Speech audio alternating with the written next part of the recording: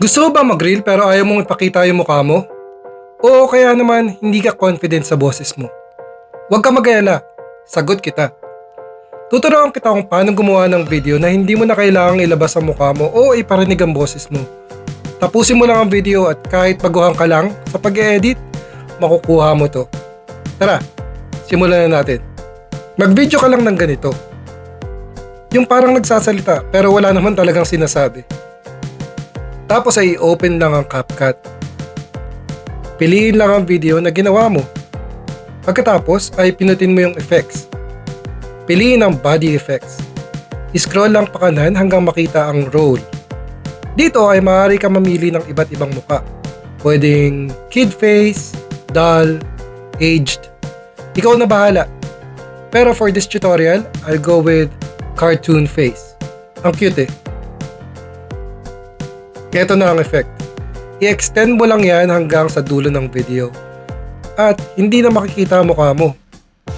Next, itap lang ang main video. Then, piliin ang volume sa baba. I-adjust ang volume hanggang 0. I-like mo muna yung video and i-share habang naghihintay ka ng next step. Tapos, gawin naman natin yung voice over. Itap ang Chrome browser. I-type ang 11labs.io. Pinutin ang 3 bar sa gilid. Itap ang sign up. Next, sign up with Google. Kung nakalagin ka na sa Google, piliin lang ang account mo. Kung hindi pa, ilagin mo lang yung details mo. Hanapin ang settings. Sa part na to, pwede ka mamili ng kahit na aling boses. Pero for this tutorial, gagamitin ko ang trending na boses ni Adam. Tapos sa voice settings, under stability, iset lang ng 85. Tapos, pwede mo nang i-paste or i-type ang gusto mong sabihin. At i-generate. Maririnig mo ang preview after ma-generate. Gusto mo bang mag-reel pero ayaw mong ipakita ang mukha mo? O kaya naman, hindi ka confident sa boses mo? Huwag ka mag-alala, sagot kita. Then, pag satisfied ka na, i-click lang ang download button. Pagkatapos ay pumunta sa CapCut. Hanapin ang audio. Then sounds. Itap ang folder and from device. Hanapin ang dinownload na file sa 11labs. Usually ang file name ay nagsisimula sa 11labs.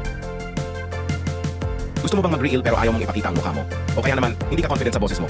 Huwag ka mag-alala, sagot kita. Putulin lang ang parts na hindi kailangan and you're good to go. I-export mo na yung project. At eto na ang finished product. Gusto mo bang mag-reel pero ayaw mong ipakita ang mukha mo? O kaya naman, hindi ka confident sa boses mo? Huwag ka mag-alala, sagot kita. Kung nakatulong sa iyo ang video na to, paki-share para malaman din ng iba. Every day, you are getting better and better. Keep it up! If you haven't followed us yet, baka naman!